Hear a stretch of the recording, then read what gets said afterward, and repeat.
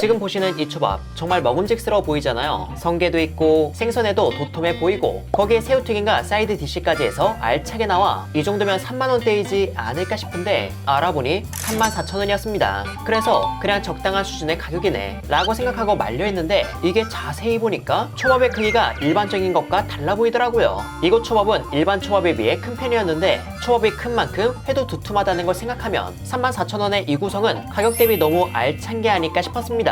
적어도 크기가 1.5배 정도는 되어 보였고 그만큼 재료값도 올라가는데 얹어진 재료가 싼 게 아니다 보니 아무리 봐도 가심비로 보였죠. 그래서 회사랑이 바로 찾아가 보았습니다. 개인적으로 이곳 다양한 횟감을 다룬다는 점에서 오마카세 업장이 부럽지 않았고요. 직접 먹어보니 이런 부분에선 호불호가 있겠다 싶은 것도 있었기에 이런 부분 놓치지 않고 꼼꼼히 리뷰해 보겠습니다. 큰 사이즈와 양질의 퀄리티로 가심비까지 잡은 초밥집 리뷰. 그 자세한 이야기는 영상을 통해 보시죠.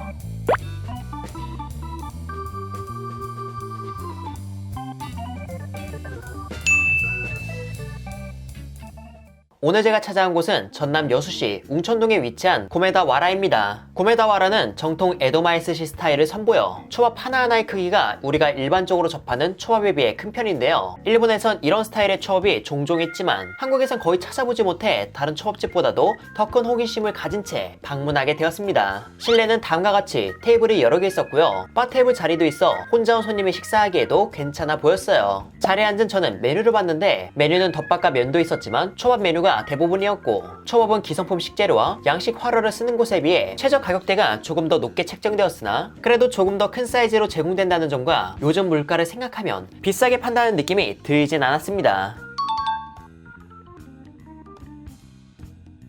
저는 어떤 걸 주문할까 고민하다가 판초밥 메뉴 중 제일 비싼 메뉴와 제일 저렴한 메뉴를 하나씩 주문해 비싼 메뉴는 직접 맛을 보고 제일 저렴한 메뉴는 어떻게 나오는지 한번 확인시켜 드리도록 할게요. 그렇게 주문을 하고 잠시 얘기하다 보니 음식이 준비되었습니다. 지금 이게 34,000원에 파는 오마카세 한판 세트로 총 10피스의 초밥과 일본식 계란찜, 큼지막한 새우튀김, 장국, 작은 요리, 과일이 이렇게 나왔네요. 초밥의 구성으론 성대, 벤자리, 참돔, 부시리, 무늬오징어, 참다랑어 뱃살, 흑점줄 전갱이, 청어, 고등어 초절임, 감태성게가 준비되었죠. 구성만 보면 가성비가 좋다는 느낌이 딱 꽂힌다기보단 값어치에 딱 맞춰 나왔네 라는 생각이 들었거든요. 하지만 이곳은 초밥 하나하나의 크기가 큼지막하다 보니 회의량이 일반적인 것보다 많다는 점에서 위와 같은 횟감을 초밥으로 푸짐하게 즐길 수 있다는 점이 가격적인 만족도를 한층 더 올려주는 듯 싶었습니다. 그리고 이 메뉴와 같이 주문한 제일 저렴한 판초밥은 지금 이 한 판에 17,000원으로 제가 주문한 것의 절반 가격이잖아요. 그런데 딱 첫인상만 봤을 땐 그 구성이 나름 괜찮아 보였습니다. 벤자리, 성대,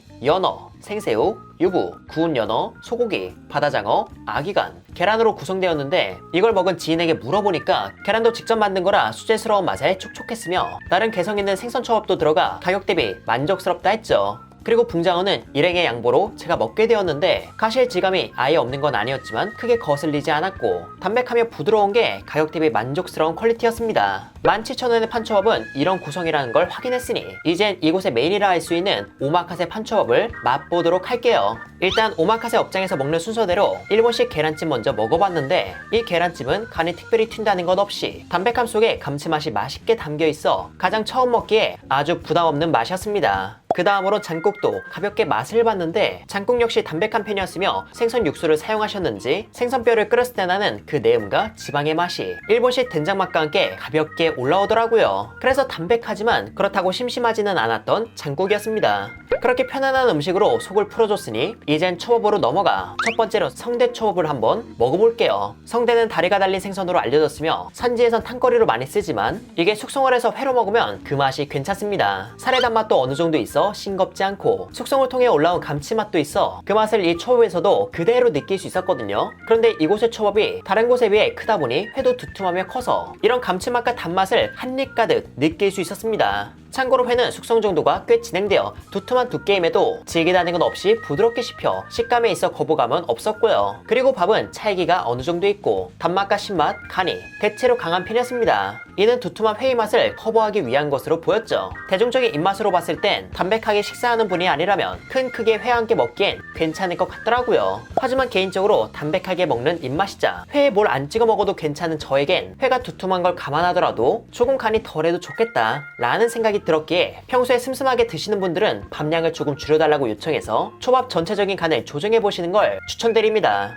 그 다음으론 벤자리를 맛볼 차례인데요. 벤자리는 초여름을 대표하는 생선으로 흰살 생선임에도 기름짐이 좋고 감칠맛도 좋아 이맘때 꼭 챙겨 먹는 어종입니다. 이런 벤자리를 두툼하게 얹어 먹으니 기름짐과 숙성을 통한 감칠맛을 느낄 수 있었고 회의 캐릭터가 앞서 먹은 성대에 비해 강하다 보니 밥의 간을 아까보다 더 커버해줘서 더욱 맛있게 즐겼습니다. 숙성 정도 역시 단시간 숙성이 아닌 입에서 녹는다는 표현에 가깝게 무르지 않은 선에서 부드럽다 보니 이번에도 두툼한 회가 단순 크기에서 부담스러울 뿐 먹는 데 있어 부담스럽진 않았고요. 그 다음으로는 참돔 뱃살과 부시리도 먹어봤는데 참돔은 특유의 단맛이 조금 더 있었고 부시리는 맑고 선명하게 담백함을 전했습니다. 그 외의 맛은 숙성을 통해 올라온 감칠맛과 단맛 정도인데 사실 회는 숙성이 될수록 감칠맛이 오르는 경향이 있지만 반대로 각 횟감이 지니고 있는 개성은 희미해지곤 합니다. 그래서 제 표현이 조금 단조로울 수 있다는 점 참고해주시고 이후에 먹는 초밥들에 대해선 핵심되는 맛에 초점을 두어 마저 리뷰해보겠습니다. 그렇게 제가 다음으로 먹을 건 이건데요. 사실 두께나 크기를 생각했을 때 대왕 한치이지 않을까 했는데 놀랍게도 무늬오징어였습니다. 무늬오징어는 두 종류 중에서도 특히 단맛이 좋아 고급 오징어에 속합니다. 가격도 저렴한 편은 아니다 보니 이 가격에 큼지막하게 쥐어주는 초밥집에서 이걸 쓸 거라곤 생각도 못했네요. 그 맛은 두 종류가 주는 그 단맛이 강렬했으며 숙성이 아주 많이 된 느낌은 아니라 떡처럼 찰기가 강하진 않았고 묵직하고 적당히 찰진 질감이 느껴져 한치 초밥을 좋아하셨던 분들에게 정말 행복한 한 입이 되어주지 않을까 싶었습니다. 그렇게 초밥을 먹는데 문득 옆에 나온 튀김을 오래 두면 맛이 없을 것 같다는 생각이 들어 새우튀김을 빠르게 먹어봤는데요. 이건 큼지막한 새우를 사용했고 가벼우면서도 바삭하게 튀겨내 흠잡을 건 없는 맛이었습니다. 간도 적당해서 무언가를 찍어 먹지 않아도 좋았죠. 그리고 사이드 음식으로 나온 흰살 생선 무침도 먹어봤는데 이 역시 호불호 없는 그런 맛이었습니다.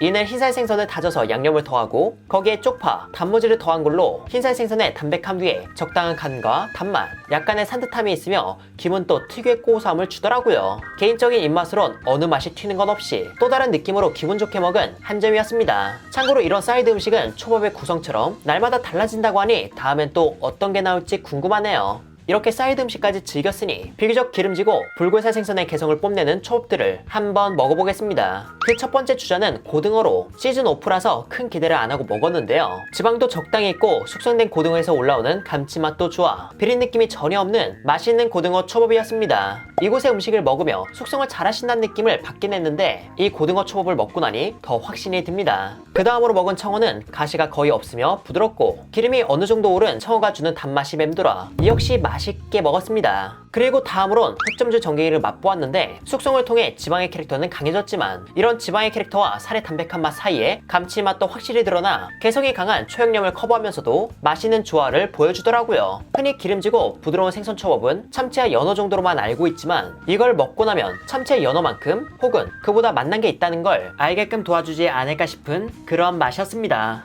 나중에 들어보니 한 달 숙성된 거라 하던데 불쾌한 맛 드러나는 것 없이 정말 맛난 숙성을 즐겼네요. 그리고 마지막 붉은살 생선으론 참다랑어 뱃살을 먹었는데 앞서 먹은 초밥들도 계속해서 회가 크다고 했지만 이 참다랑어 뱃살은 유독 크기가 컸습니다. 바깥 분리했다가 다시 얹어봤는데 진짜 이게 회 이불이구나 싶을 정도로 도톰했죠.